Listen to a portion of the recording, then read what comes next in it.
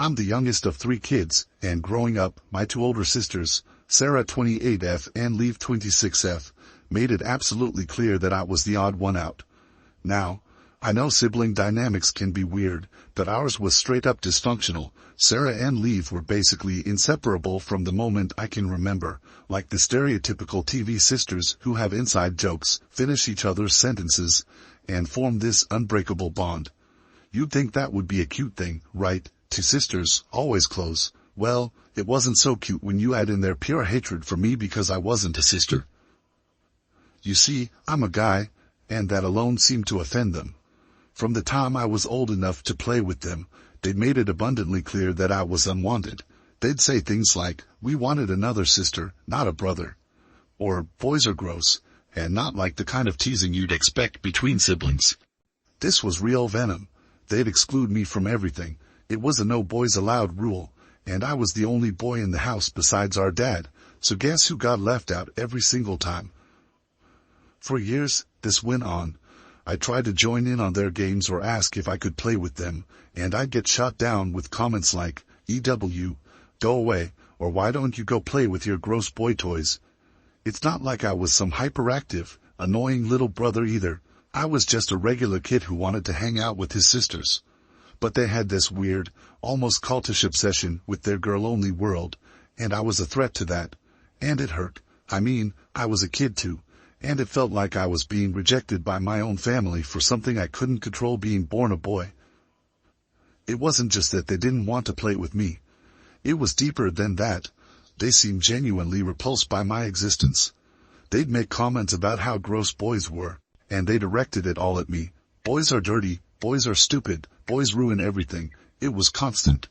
My parents noticed, and every now and then, they'd step in and punish them for being too mean. But it didn't really stop the behavior.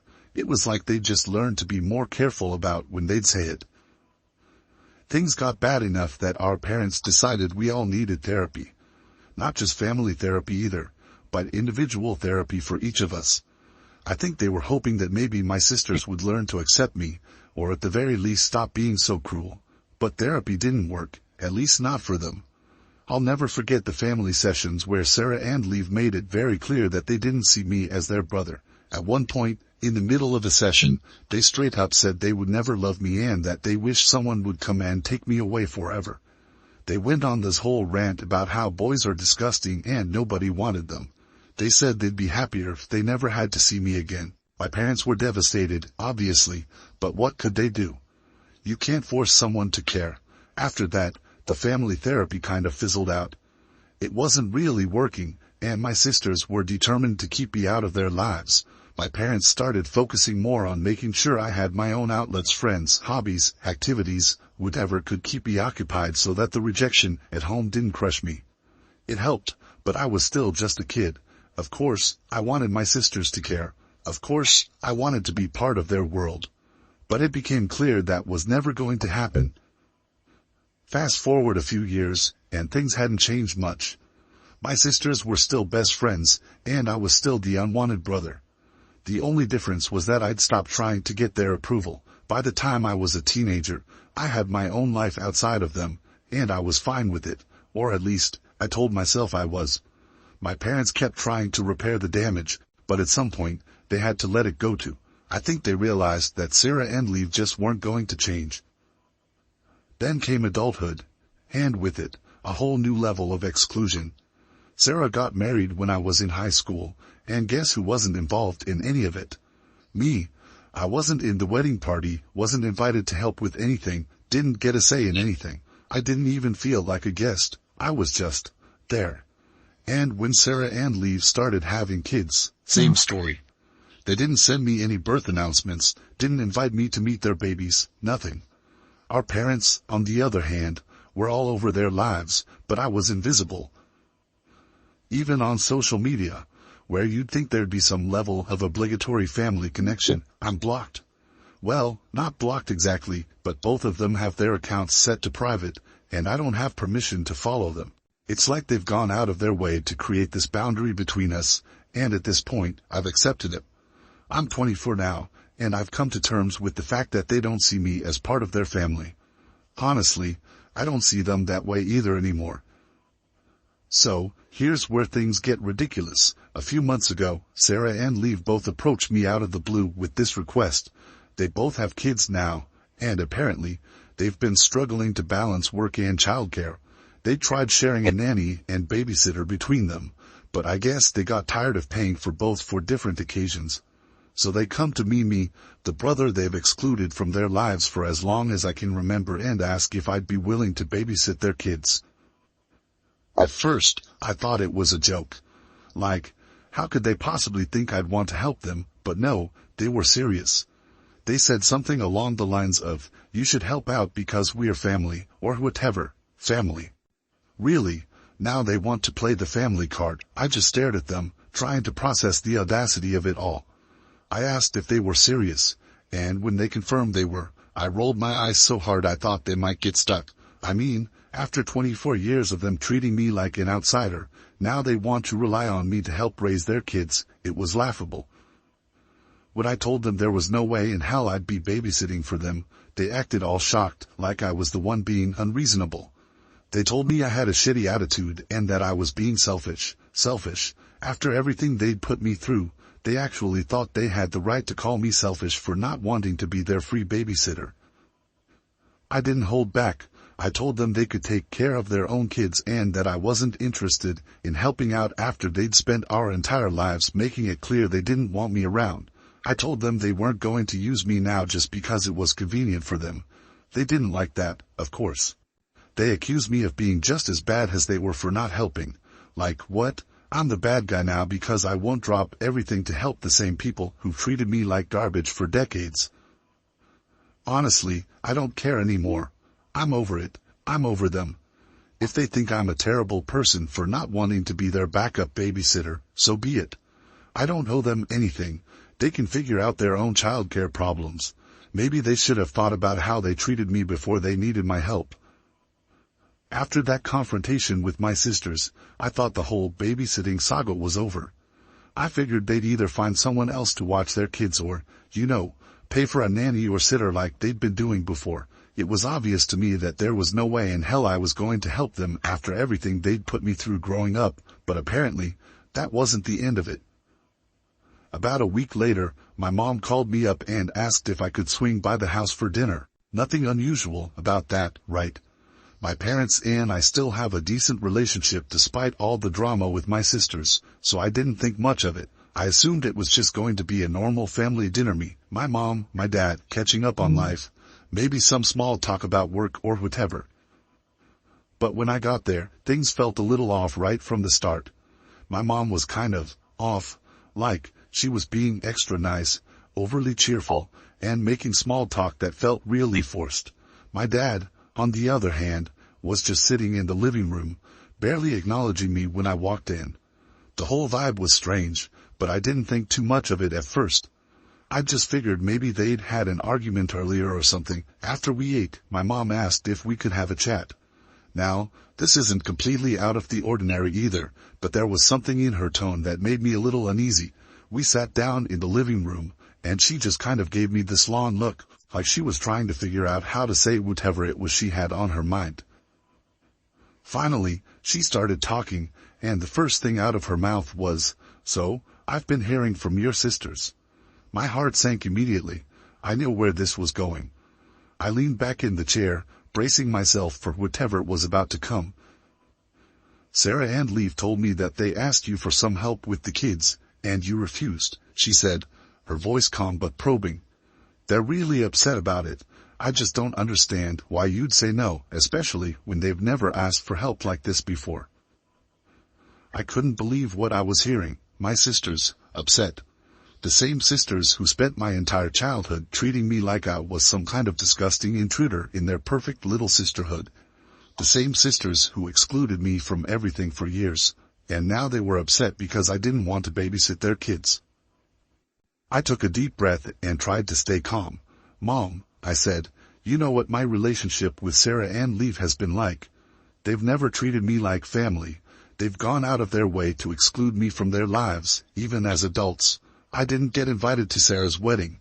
I wasn't told when they had their kids. They don't even let me follow them on social media. And now, suddenly, they want me to step in and help with their kids like we're one big happy family. How am I supposed to just forget everything and act like none of that ever happened? My mom sighed and nodded, but I could tell she wasn't fully on my side here. I get it, I really do, she said. But don't you think this is an opportunity to start fresh? They're reaching out, and maybe this is their way of trying to make amends. They're not perfect, but they're your sisters. We're family, and family should help each other.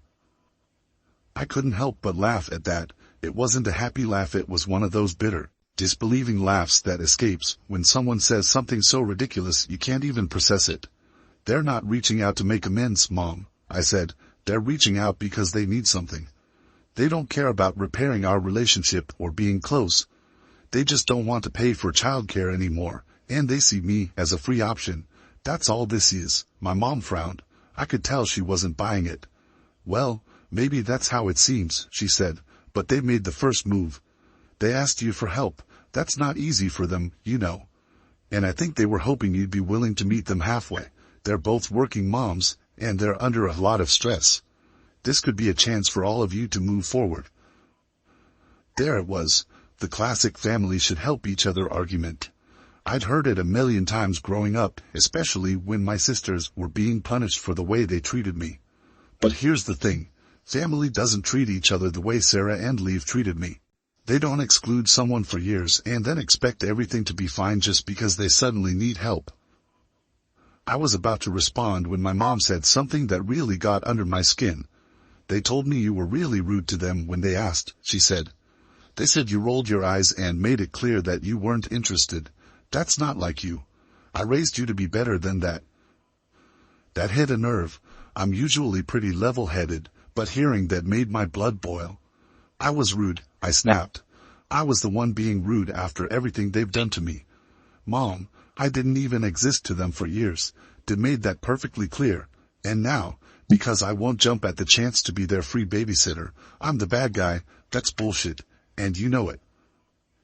My mom looked taken aback, like she wasn't expecting me to react so strongly. I'm not saying they've been perfect, she said quietly, but they're trying now.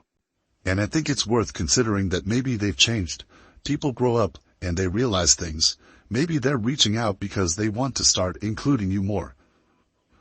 I shook my head. If they wanted to start including me, they would have done it before they needed me for something, I said. They wouldn't have waited until they were desperate for help. This isn't about family or trying to rebuild a relationship. It's about convenience. They're only asking me because they don't want to pay a sitter anymore. My mom sighed again, this time more heavily. They're still your sisters, she said softly. And we're all family. At the end of the day, that's what matters most. I just don't want to see this opportunity go to waste. They came to me after you said no, and they're really hurt by it. They feel like you're holding a grudge over something that happened when you were kids. That was the breaking point for me. I stood up from the couch, feeling my frustration reach its peak. Mom, this isn't just about something that happened when we were kids. This has been going on our whole lives.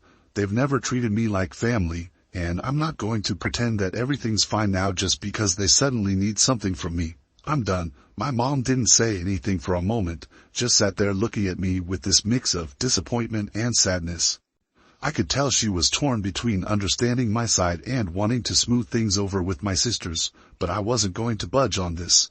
I'd spent too many years being the outcast, and I wasn't about to let them guilt-trip me into helping out now. After that tense conversation with my mom, I figured things would blow over. I knew my sisters weren't the type to suddenly care about making amends. Their only concern was finding someone who would watch their kids for free, and once they realized I wasn't going to budge, they'd probably move on. At least, that's what I thought. A few days passed, and I didn't hear anything from them directly. No texts, no calls, nothing. I wasn't too surprised. Sarah and Lev had always been pretty cutthroat when it came to their opinions about me, so I didn't expect them to chase me down after I refused to help. If anything, I was relieved to be free of their demands. But then, something really weird happened. One night, I was scrolling through Instagram, mindlessly liking posts and responding to a few DMs from friends, when I got a notification. I glanced at it and did a double take. Sarah had just followed me. My mind short-circuited for a second. Sarah, my sister. The same sister who had made it crystal clear for years that she wanted nothing to do with me. I clicked on her profile to make sure I wasn't hallucinating, and there it was, her account, suddenly public. No more private settings, no more locked-down profile. I could see her posts, her stories, everything.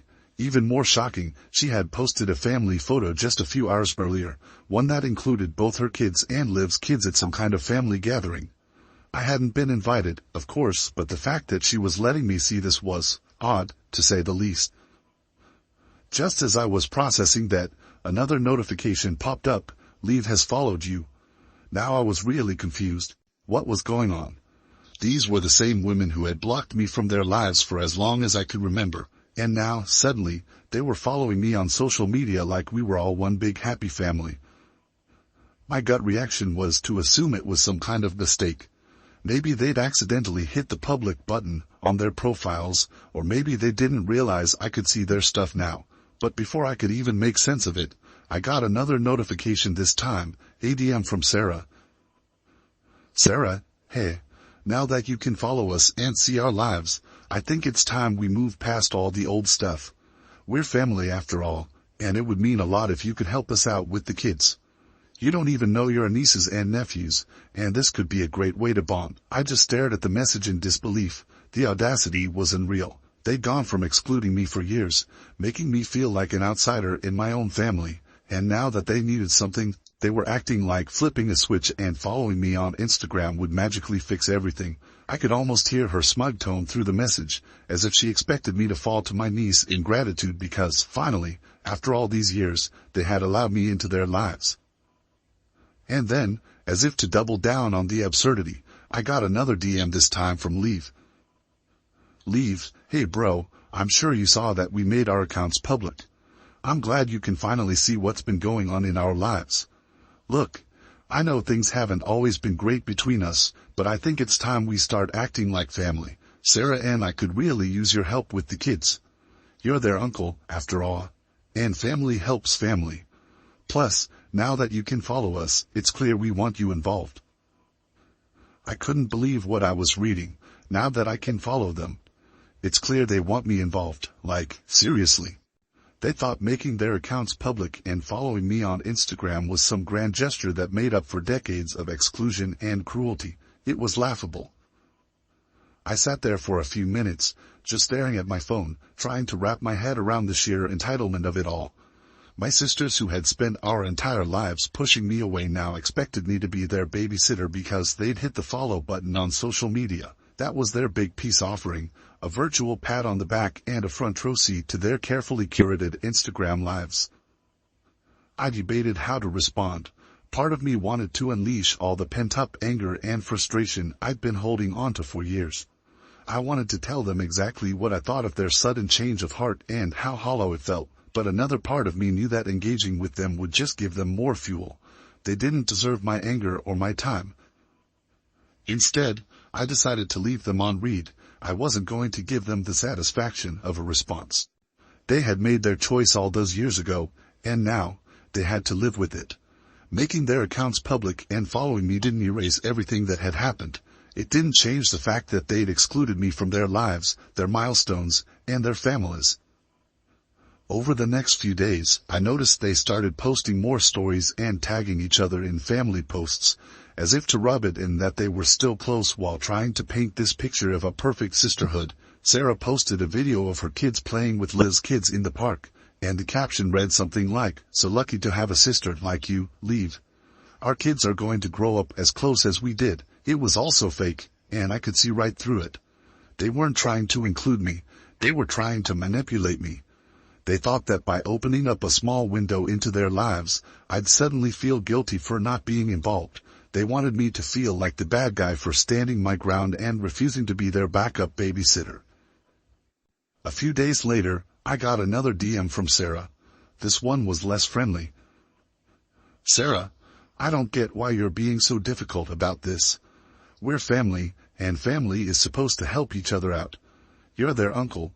Don't you want to be a part of their lives? It's not like we're asking for much, just a little help with babysitting now and then. You're honestly being really selfish. That was it. That was the final straw. I couldn't stay silent any longer. I typed out a response, my fingers moving faster than my brain. Me? You've got to be kidding me. You spent years making it clear that I wasn't part of your lives. Years, I wasn't invited to your weddings, I wasn't told when you had kids, I wasn't even allowed to follow you on social media, until just now when you suddenly needed something from me. And now, because you hit the follow button, I'm supposed to drop everything and be your free babysitter. Give me a break. You don't care about me. You just care about what I can do for you, and I'm not interested. I hit send before I could second guess myself. It felt good to finally say it, to get all that off my chest. I know it wouldn't change anything. Sarah and Lev would probably double down and continue to act like the victims in all of this, but at least I had stood my ground. A few minutes later, Lev chimed in with her own response. Lev, wow, so this is how you really feel. Fine. Don't expect us to come crawling back to you when you need something. You're going to regret this. I laughed out loud at that, as if I'd ever go to them for help. They hadn't been there for me in any meaningful way my entire life, and they sure as hell weren't going to start now. In the end, I blocked them both. I didn't need their drama, their guilt trips, or their fake attempts at reconciliation. I was done.